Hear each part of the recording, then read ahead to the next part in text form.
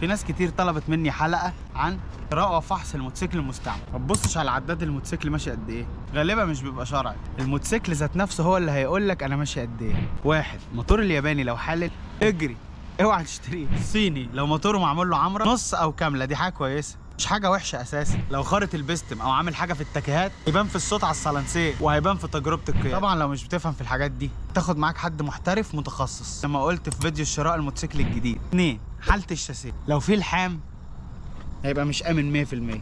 بص على حته حته في الشاسيه لدرجه ان انت هتشيل التانك والشلته. في اماكن الفحص بتاعت الياباني والصيني تلاقي في المكان ده اجهزه بتكشف على الشاسيه حته حته بالملي.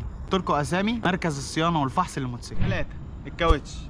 عامل فيديو عن الكاوتش وعلامات انتهائه. هتبص على الكاوتش والشقوق اللي فيها هتعرف الكاوتش هيقعد معاك قد ايه، وهتبص على تاريخ الانتاج هتعرف ساعتها هيقعد معاك قد ايه ولا لازم اغيره وانا بستلم الموتوسيكل.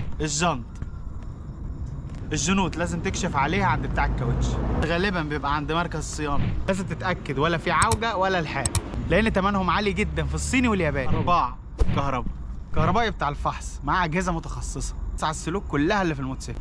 5، طقم الصاج، الفبر كله والتانك حتى الرفرف. التانك مهم جدا زي الموتور، لازم تشوف فيه صدى ولا لا او ترميم للتانك، حاجه مهمه جدا. 6،